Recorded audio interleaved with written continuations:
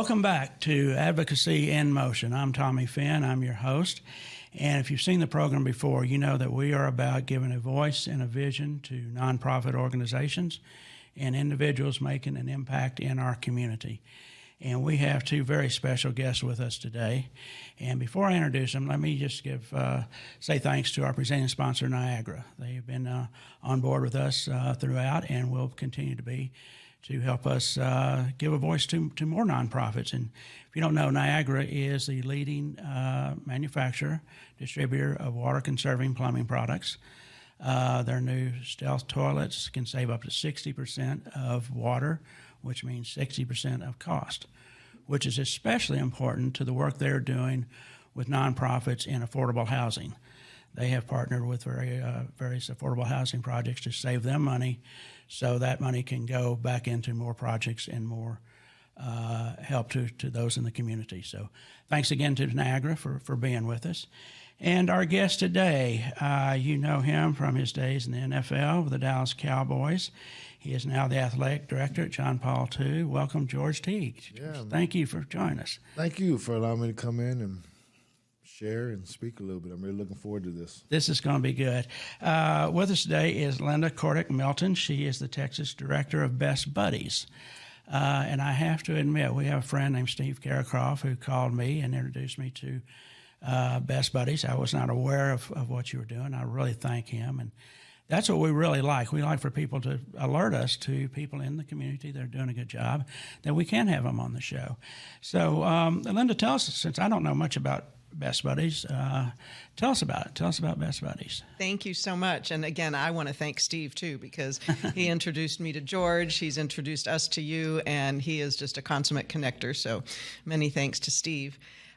So Best Buddies was founded by Anthony Kennedy Shriver 34 years ago. He had a wonderful relationship with his Aunt Rosemary, who had intellectual disabilities. And when Anthony went to college, he realized that not everybody could share that same experience that he had.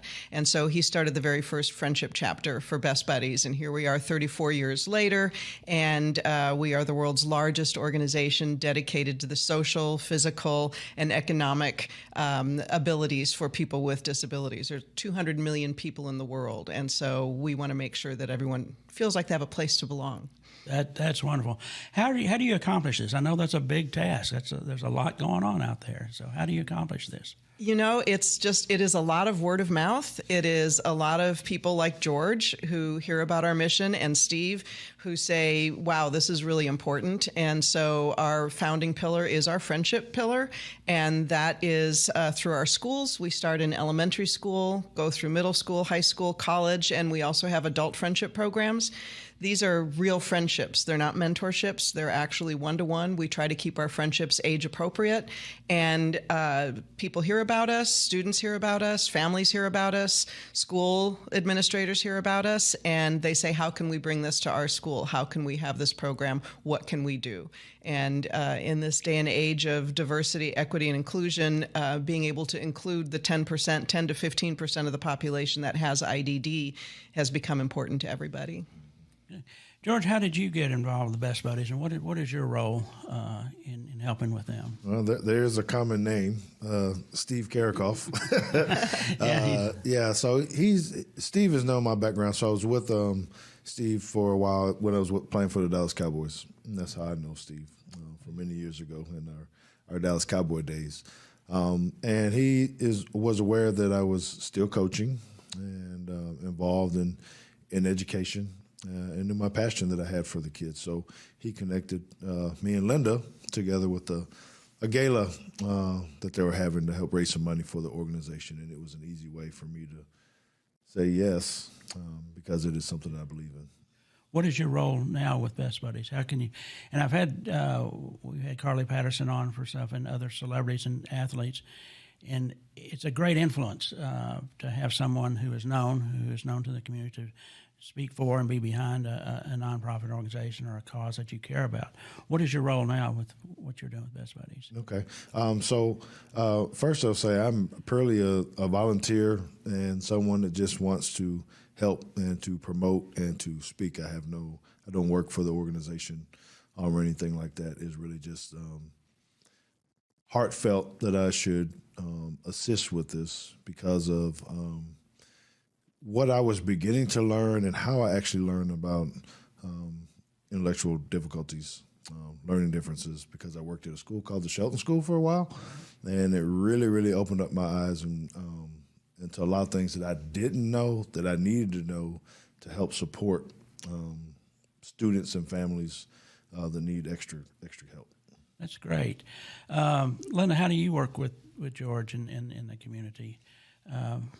Exactly what George said. Ours is a new relationship, but I think when our friend Steve told George about Best Buddies, and then when George and I spoke, and his great experience working with the students at Shelton, I would love to punt this back to you, actually, George, because you spoke so passionately about what it was like to coach students with learning differences.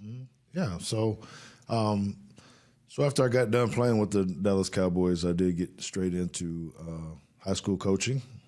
Started a school called Harvest Christian Academy. Anyway, made my way back over to Shelton eventually, and I did not know the dynamics of Shelton. I knew that it was a school for kids who had to learn differently, but I didn't know all the dynamics. And so when I became the coach there and the athletic director there, I actually made some mistakes. I'm not even afraid to tell it, just because we had so many different variances of how people had learned. Could they process it? Can they verbalize it? Could they not? How do they write? How do they comprehend? What do they see? What about spatial awareness? All these other things. And as a coach, it was very new to me and difficult to me. And so I made some mistakes in meetings, asking kids to maybe recite something or come back. And so I just started getting help from my supervisors. And they said, well, if they have this combination, you need to treat them this way, and you need to do that, a different way with them. And so if you can imagine having a football team of 50 kids who all had different landscapes, and me trying to get them to all go in the same direction, took a lot of work to do. But it helped me be a better coach, because then I could understand each and every kid and what their needs were and how to get them to go in the same how to complete a pass and catch a pass and then run in the right direction, because speaking in terms like go to the flat sounds really good to me and those that play football, but everything's flat. So that's how I really started with that. And then, since then, it's been, 10 years that I've been really trying to even be better at that, because even if I'm not at Shelton, there are still people in the community, even at the school that I'm at now, JP2, where they have learning differences that are on our teams. Linda, what George is saying about everybody's different, everybody learns differently, does differently, that's a whole lot of what you're doing with Best Buddies, correct? Of a vast variety of programs and help for people with different disabilities. Is that correct? Absolutely, yes. And intellectual and developmental disabilities. So that ranges anywhere from, I think our two biggest populations are people with autism and people with Down syndrome, but then we go on from there to traumatic brain injury, ADHD, all other kinds of, there's 20 or 30 different classifications of intellectual and developmental disabilities. And so we as a staff, we do need to learn all of these things as well. And Best Buddies is an after school program. Our friendship program is an after school program. So we are volunteer led. And that means that we engage student volunteers, faculty advisors to help create those chapters. And then together we come up with different activities that we can do, because again, it's really about friendship. It's really about the social aspect of Best Buddies, of a social aspect of belonging. And so, yes, needing to know all those differences. And I think kind of the biggest eye-opener for me is that if you look at the bell curve of IQs, right, and if this is the median and you go 30 points to the left, well, that people learn differently, and that's considered special education.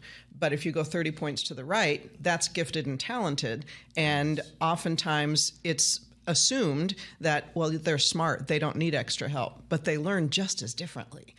And they need help with the socialization aspects. You have kids that are brilliant and smart and have no friends. And so that's what's really important to me. You mentioned your staff, and I know Best Buddies is a large organization, not just here in Texas, and you reach into many different areas. Tell me about your staff and how all that works together and how you coordinate this. This is a very large task to handle. It is. It's pretty amazing. So Best Buddies is now, 34 years later, a global organization, thanks to Anthony's efforts. And so we are on 6 continents. We're in 50 different countries. We have programs in all 50 states, boots on the ground offices in about 26 or 27 states now. Here in Texas, we have offices in North Texas, in Houston, and in Austin. And so that being where our offices are located, and being a global organization, we're still a very lean staff because we complete all of this in Texas with a staff currently of 15 people. And that's a lot. And we're serving nearly 5,000 participants throughout the state. So our staff, we have 2 program managers who work with our friendship programs, our leadership programs, ambassadors, and our adult friendships. And then we also have a team that works with employment, and we can talk about these are our other pillars, and then fundraising. So that's a lot to do with a very small staff, and thus we rely on our volunteers. Well, we will. We want to talk a little bit shortly about fundraising and next steps and what you're doing. I want to take a little break here and mention one of our other sponsors. I think I mentioned Piranha Haven. It's a spiritual gift shop in downtown Richardson, owned by my daughter and her mother. And it's you'll find all kinds of piranha means life force or energy. It's Sanskrit for energy, and that's kind of what you find there. All kinds of merchandise from free trade villages, local artists, and then you can go on piranhahaven.com and see a list of psychic readers they have. Then on every 4th Saturday of the month, they have a psychic fair. So check them out, piranhahaven.com, and we want to thank them for their sponsorship and their help here. And like I said, it's family. So if you go in and you see Alex, tell her Dad said hi. So we also publish a magazine called Youth Sports Today. My partner, Tricia Galaki, is a publisher. And we focus on student athletes, the coaches, parents, educators in the area. And what you're doing fits very much into that. And, George, I want to go back a little bit to your coaching skills, but Cowboys played the 49ers yesterday, and I got to talk about it. You know I do. Come on. About 2000, year 2000, you were playing the 49ers, yep. Cowboys, and there was one, Terrell Owen, that was kind of acting up on the start center. Kind of is being nice. Kind of there. And how'd that work out for him? What happened? Yeah, kind of is being nice. Man, you know, first of all, the Dallas Cowboys hurt a lot of our hearts yesterday because we didn't play to our full potential, I believe. And so I'm hurting, too, that we didn't win the game. But, you know, you just hope it's going to get better. Jerry Jones are very close to the family. I know that they're very charitable as well. They do a lot of different things for a lot of different organizations, including organizations like Best Buddies. But I feel like they'll make the right decision. You know, we just got to get better with that. You know, when I'm dealing with people, you know what, and this is kind of, if you knew the amount of players who actually have some type of learning difficulty, you know, there's a lot of players, because of what she had mentioned earlier about that attention to detail being on the other side of the bell curve where they're smart and genius, they just have to learn it differently. I learned that a lot at Shelton, as a matter of fact, because there were a lot of professional players who brought their kids there because they were different in that sense. Marco Rivera was one of them. Michael Myers, who I played with at the University of Alabama, was one. There's plenty. Emmitt Smith, kids were there as well. And so it just makes you think, okay, well, how did they get so talented like that? And that's because they had people supporting them and helping them fine tune those patterns that they need to have, and that's where it gets so fun, so rewarding, I guess, when you can help them all. That's really good. With your background coaching kids for as long as you have, what advice do you give to kids and their parents, not so much about achieving their dreams of sports, but either in academics or whatever they want to do in life? What do you say to them about how do you achieve your dream and where you go forward, whatever that dream might be? I think, what I want to say to all the youth and everyone is you can achieve what you believe. You just may need some extra help to be able to get there and use the resources that you have, right? So, for instance, when I first got to Shelton, so I used to play against Shelton before. I was at Carrollton Christian Academy, and we used to play Shelton School in sports. And I would always see the athletes at Shelton. I'm like, man, those are some really good-looking athletes. They're built, they're functioning, but it just seems like they weren't being given or driven enough. The playbook was simple and this kind of stuff. And so when I got into Shelton, I thought, well, why are we just running these simple plays? We can do something a little bit more. So, I even thought out of the box with that after I got the help that I needed of painting on the field, showing them when I said, this is the flat, this is the area that I'm talking about. When I'm talking about the curl, this is what I'm talking about. And I actually literally went out and painted a whole bunch of different areas on the field. What is a third? What is a half? This kind of stuff so they could actually literally see it.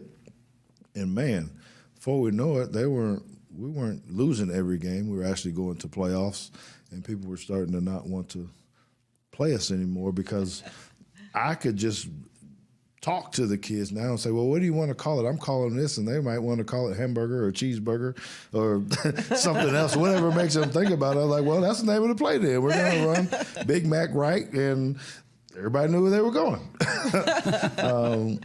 So it was very rewarding in that sense. And so when I'm talking to the kids, you really can achieve what you want to believe if you get with the right people. Don't let people try to steal your dreams and tell you can't make it, because you can. You just got to get with the right folks who can trust you and give you the resources that you need. All right, very good. I like that. Linda, you mentioned some of your programs that you've talked about. Tell us about a little bit, expand on that a little bit, some other things that you guys are doing that you want our listeners to see. Absolutely. So our founding pillar is that of friendship. And that's the one that's been around for so long. That's what Anthony first envisioned. And that is what we see grow and flourish. And we start in elementary school when everybody loves everybody, right? And people don't really notice differences. And if we could just bottle that, I always say, if I could just capture that and we could just have that forever, it would be such an amazing world if we could all not see each other's differences and just accept and be friends and have a place to belong. But unfortunately, middle school happens, and that's when differences are noticed. That's when bullying starts. 70% of people with disabilities are bullied. And so we start our one-to-one friendships right there in middle school and affect change that way, and then go on through high school, college, et cetera. But as our students grow up, everybody continues to grow up, leadership skills are naturally born. And so we work with our participants with disabilities to advocate for themselves, to grow in leadership skills, to give speeches. We encourage them oftentimes to come with us when we speak to a chamber of commerce or a Rotary Club or something, or just especially lately in front of employee resource groups at different companies. And so leadership and ambassadorship is born. And then we actually, from that leadership, we also, our students without disabilities, our neurotypical students, they grow in social emotional learning, and they become the leaders and employers of tomorrow, who then don't find it so unusual to hire somebody that looks or acts differently. And so that leads logically into our third pillar. So we have friendship, leadership, and then supported integrated employment. So everything about Best Buddies is integrated. We don't, when we're looking for a job for someone, we don't put 10 people in a corner folding napkins. That's not competitive. That's not integrated. It's not meaningful. There's a place for that. There are organizations that do put all the people with disabilities in one place, and it's better than nothing. But at Best Buddies, that's the crux of our program is integrated and meaningful and competitive. And so the way we accomplish that is through our jobs program, and that we have employment consultants, job coaches, who will work with our participants and develop them, work on building resumes, doing speaking skills, interview skills. We do mock interviews, and then we're at the same time learning about companies that are open to hiring people with disabilities and also developing new contacts in companies that this may be a new concept to. And then we develop those people as well. And then eventually we make the match, somebody gets hired, and then we go into on-the-job coaching, where our job coach shows up for the first 2 weeks every day, is working with the colleagues to help teach them people first language. Is it the person with autism? Is it the autistic person? And then also learning about what it might be like at the job site, what they could anticipate. If the lights start strobing, this is what you might anticipate, and to help everybody be successful. And then after 2 weeks, we fade, and we're there maybe once a week or as needed, but always checking in with the participant, checking in with the employer. If anything changes at the job, if they get promoted or if the supervisor changes, then we step right back in and start that transition process all over again. Very good. I know we talk a lot on this show about nonprofit and corporate relationships, how important they are. In fact, our show last week was Volunteers of America and our friends at Niagara have formed this corporate partnership. How do you work with corporations, and what do you seek out for partnerships, and how does that work for you? It's a bona fide partnership. It has been...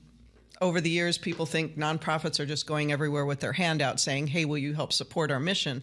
But the reason somebody wants to support our mission is because they care about it, because they're personally engaged with it. And so with our corporate partners, we start with being able to share with them about our mission. So we can go do a lunch and learn with employee resource groups or anybody else that might be interested. 10% of any given population has someone with special needs, whether it's family or a person directly. Disabilities in the workplace is a real thing right now. People are becoming more comfortable sharing what their disabilities might be to make them successful. So really getting engaged with that corporation. Volunteerism is huge. A corporation, if they want to give us funds, also want to go hand in hand with volunteering. Sometimes they can't select us to sponsor or give funds, but they still want to volunteer. So we have fantastic relationships that way. And then when it does come to funding our programs, it's usually specific to the program. A lot of companies, of course, want to pay attention to workforce development. And so that's a big source of funds for us. With a corporation, that's usually where they'll want to put their funds. George, how do you see going forward with Best Buddies? What would you like to say about encouraging people to get involved in what you're doing? Well, first of all, if you haven't been to that gala, you definitely got to go to that gala. That gala is... I love the word gala. I love the word gala. They put on a mean gala, man. I'm telling you. Oh, man. Great food, great entertainment, but, it's a great time to be around some of the students or participants as well, and the families. I mean, it's, as much as we can talk about it, I think until you're really around the families and the adults or kids, it just touches you in a different way, big time, because they're seeking for the help and the knowledge to do things. So what do I want to do is just try to help. I mean, yeah, this is a very large company in the sense of the many places that we're reaching, but there's still other people that can help and got resources that can maybe even like schools like mine, where we're talking to schools where they want to incorporate Best Buddies into the school. So we've already been talking about, well, can it work at JP2 or not? Linda and her group are very good at identifying, well, will it even work? there at this place. And so any place that I can help open a door that may need it, because I spend a lot of time in a lot of different schools, public and private. And so I just want to be a resource for them to make more people aware of what this great company is. That's good. I really do like that. Linda, what's coming up for you in the future? What She's going to try out for the Cowboy team because we need a new quarterback. Oh, new quarterback. Huh? All right. That's what she said when we were coming up the stairs. Yeah, we're going to put that on Linda.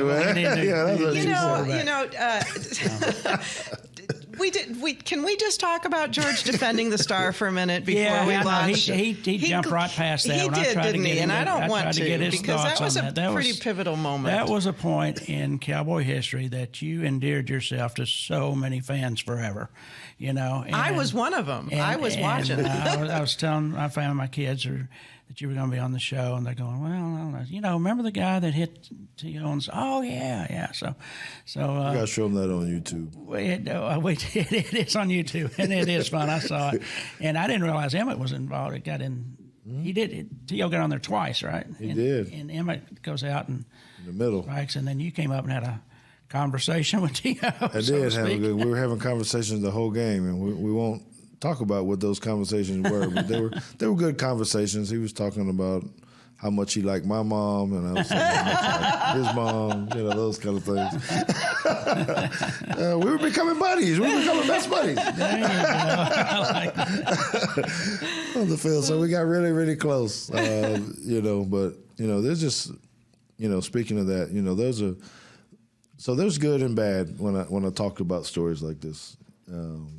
Honestly, because I had an opportunity to play in the National Football League, which is very, very hard to try to do or to accomplish. So we don't want to steal anybody's dreams about trying to make it to that kind of level, but the percentages of athletes who make it there are small, particularly for football. And I had that opportunity, and so I always wanted to be able to give back, care, do as much as I could, opening my own foundation at one point in time, and. Some people can just not treat you so well, right? And it doesn't have to be that way. I'm good for competition, the spirit of competition. I think we all are, especially when you get to the professional level. But it's just the way that you do it. You don't come into the studio and put your feet up on the table and just. You do it one time, you say, hey, man, get your feet off the table. Don't do that anymore, right? Then you go do it again. Now we got a problem. And that was like Terrell Owens going out to Star a couple of times. You get one time. That's it. You're not going to do it again. I've been blessed to be able to do that and use a platform like this where, I got to realize a lot about myself out of that. And because people only really see the one side of, you're my hero for defending the star and all this kind of stuff. But, sometimes you don't know what's going on with people's lives either, because I kind of forgot that I was out there in front of 80,000 people out there either. It's probably been a little bit out of character, like, I'm going to go out here and fight this dude, But I learned a lot about myself, too. But I did get blessings from it, too. I think that our Lord and Savior will do great things for us if you allow him to. Well, we as Cowboy fans, we do appreciate the moment. You'll be there in your passion for that, and for Best Buddies, and for what you're doing. Tell us a little bit about John Paul too. I know you're the athletic director there, and what kind of programs do you instill there? What do you talk to your athletes about and your students about? So John Paul II High School is a Catholic school in Plano, Texas. I've been there for 6 years now. And, I pretty much focus on three things as the athletic director. One is the formation of our kids. That is the character. That is the religious side. But how do you really mold people in the things that we're talking about? How are you treating people? How are you connecting with each other? How do we build these kids up so they could be great citizens? Out in our community. Then, of course, the academics. We're a high academic institution. The Catholic education is one of the best out there. And then, we got 23 sports teams, so I'm trying to divide sports, not teams. There's a lot of teams. There's we offer 23 different sports. And so I try to manage all that, these people, and it all swings back. And I know I keep coming back to it, so I love it. But what happens is when you get into that first part, that formation part, that's when you realize, okay, how you develop that team, and particularly when you got someone in there that or that you have identified that may be a little bit different, and how do you make them be a part of that team? Because that's how you become successful, where you can get everybody going in the right place, and you can't leave one person over, just out. We hear too much about people, oh, they just can't get it, they don't understand, they're dumb, or whatever it is. And no, once you slow down a minute and really find out if they have some kind of need. And then once we can identify that, oh man, now everybody's happy and we're going and moving. So I love that part at every school that I've been in. I didn't know it before I got to Shelton, but after I got that, now it's like, just embedded in my brain that when a coach comes in and tells me something about a kid, I automatically start asking different questions. What was he doing? Or what is she doing? Or no. You need to go to the counselor, because I bet, there's something else that you need to know. Oh, I didn't think about that. So then when you educate coaches, then we become better. All right, very good. Linda, how can people get in touch with you to help? The easiest way is to go to our website. It's bestbuddies.org, bestbuddies.org/Texas. And that'll tell you everything about Texas. And if you're outside of Texas, bestbuddies.org will get you everywhere you need to go. So our website is very robust, so you can really learn about all of our different pillars: our friendship pillar, our leadership pillar, our jobs pillar, and the fourth one that we don't have yet in Texas, but it's coming, is integrated living. Because, as I said, our buddies grow up and eventually they become adults, and they need to be able to live independently and or supported, and understand what happens when mom and dad may no longer be in their lives. So living is just as important as all of our other pillars. Very good.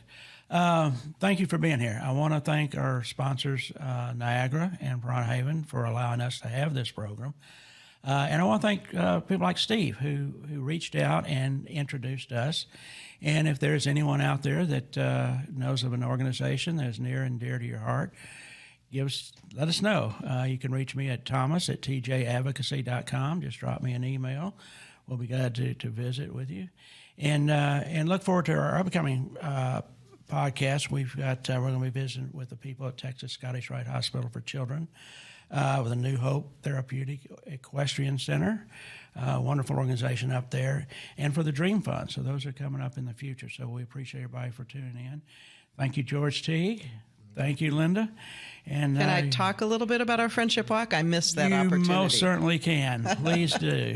Thank you. George mentioned our gala, which is, he was our celebrity champion. It's called a Champion of the Year Gala, and he was paired with an amazing ambassador, Kelsey Hogan. And she'd been a lifelong Cowboys fan and had really helped her life as she overcame her undiagnosed disabilities. She wasn't diagnosed until she was in her 30s and had 9 diagnoses. And so when she was able to pair with George, they were the focal point of our gala. They were our mission moment to talk about that. So our gala happens in the fall, November 4th, at the Statler Hotel again. And this year's theme is Buddies Around the World.